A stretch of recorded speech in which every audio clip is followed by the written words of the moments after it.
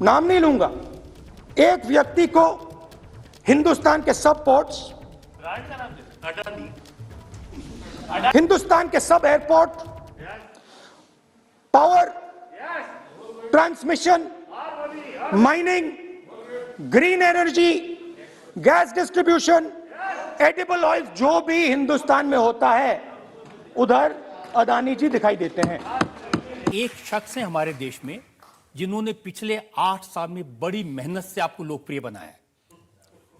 वो हर रोज आपका नाम लेते हैं। नाम तो सुना होगा, राहुल।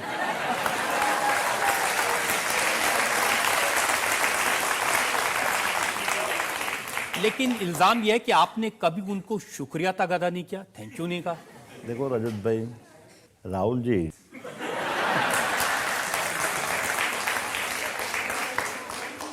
कांग्रेस पार्टी के वरिष्ठ नेता है और मेरे को लगता है कि एज अ इंडस्ट्रियलिस्ट मैं उनके बारे में कोई टिप्पणी करूं वो अच्छा नहीं है।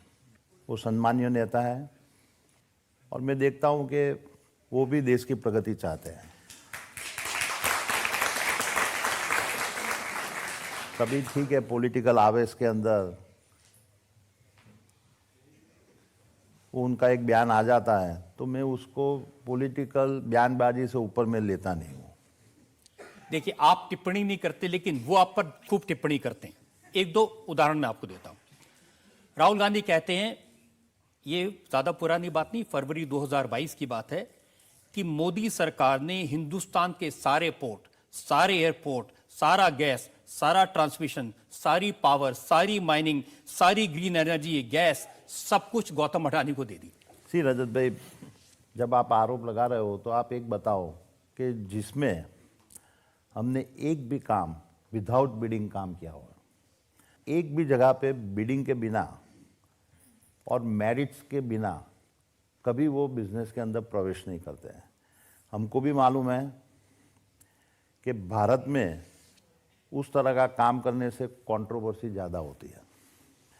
तो मेरी पूरा अदानी ग्रुप की एक फिलॉसफी रही है कि कोई भी चीज़ विदाउट बिडिंग अपने को टच नहीं करने का है। तो आइधर मेरा पोर्ट्स हो गए, एयरपोर्ट्स हो गए, रोड हो गए, पावर हाउस हो गए, एक भी बिजनेस हमने विदाउट बिडिंग काम नहीं किया है।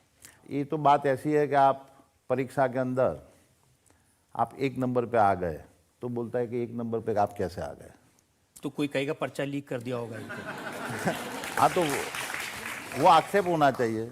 आज हमारे ऊपर वो आक्षेप इवन राहुल जी ने भी नहीं डाला है कि भाई क्योंकि ये बिडिंग प्रक्रिया के अंदर के कोई गड़बड़ी है और वो गड़बड़ी की वजह से आपको ये मिला हुआ है।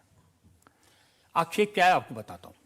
उनका कहना है कि ये सारा का सारा जो पैसा है जो आप इन्वेस्ट करते हैं अलग अलग इंफ्रास्ट्रक्चर के प्रोजेक्ट्स में, ये सारा का सारा बैंकों से लिया हुआ लोन है और 2 लाख करोड़ रुपए का लोन है गौतम अडानी के ऊपर, और ये सारा जनता का पैसा है जिससे आप माल बनाते हैं। ये रजत भाई, आपने ये अच्छा प्रश्न पूछा है। मैं आपको बताऊं कि इंफ्रास्ट्रक्चर आप प्रोजेक्ट बनाते हो तो कोई भी इंफ्रास्ट्रक्चर प्रोजेक्ट एक आप बैंक की डेट होता है और उसके ऊपर आप इक्विटी लगा रहे हो। 30 से 40% आपको अपना पैसा लगाना है, 60% से 70% आपको बैंक का कर्ज लेना होता है। सवाल वो है कि आप जो कर्ज लेते हो वो कर्ज में आपकी रेटिंग क्या है। आज मैं आपके माध्यम से ये बताना चाहता हूँ कि हमारे कर्ज के अंदर अदानी ग्रुप एक ही ग्रुप इंडिया में है जिसकी साख, और वो साख कोई पॉलिटिकल और कोई बैंक नहीं देती है, वो इंडिपेंडेंट रेटिंग एजेंसी उसको देती है और वो पूरा का पूरा तुम्हारा फाइनेंशियल एनालिसिस करके देती है और जिसके बेसिस के ऊपर जिसको लोन देना हो वो लोन देते हैं। और वो साख इवन इंडिया की भी होती है, जितनी इंडियन बैंक की भी होती है और उसमें हर कॉरपोरेट की भी होती है। आज ये अदानी ग्रुप के हर कंपनी जो इंडिया की खुद की रेटिंग है यानी भारत की, उसके बराबर है। Which is a sovereign rating.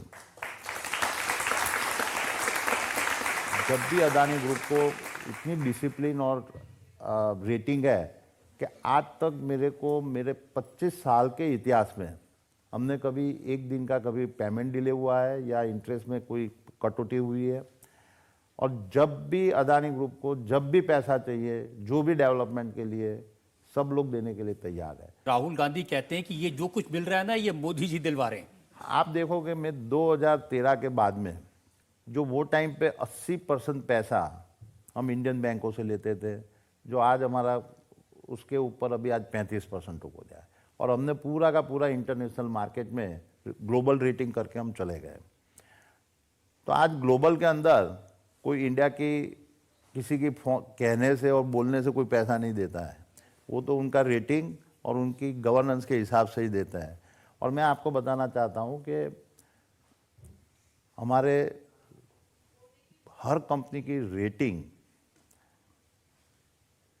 जो है और हमारे डिस्क्लोजर्स है, और वो डिस्क्लोजर के ऊपर अभी हमारी एक कंपनी को world wide 3rd ESG level के ऊपर उसको अवार्ड मिला है। तो ये जो है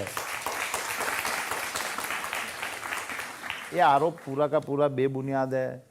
अभी ठीक है पॉलिटिकल उनको बताने के लिए बताते हैं, तो उसका जवाब तो जो लैंडर्स और बोरोवर हम हैं, लैंडर्स है, आज हमको कभी वो दोनों के बीच में कभी वो तकलीफ कहते नहीं हैं हुई कि है। ज्यादातर लोन आपको सरकारी बैंकों से मिलता है और 40% लोन 2020 से 2022 के बीच मिला।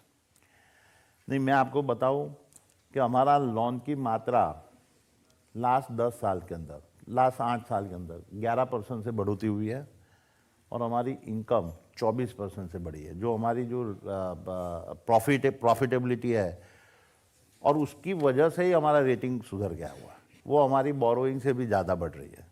बहुत सारे लोग ये कहते हैं कि अगर कभी अडानी का बलून फटा तो सारे बैंक बर्बाद हो जाएंगे। ये तो कहीं कहीं क्रिटिक्स लोगों की एक इच्छा रहती है, पर मैं आपको बताऊं कि अदानी की एसेट्स जो लोन है उससे भी 3 से 4 गुना ज़्यादा है। तो वो कोई किसी का पैसा अनसिक्योर्ड नहीं है।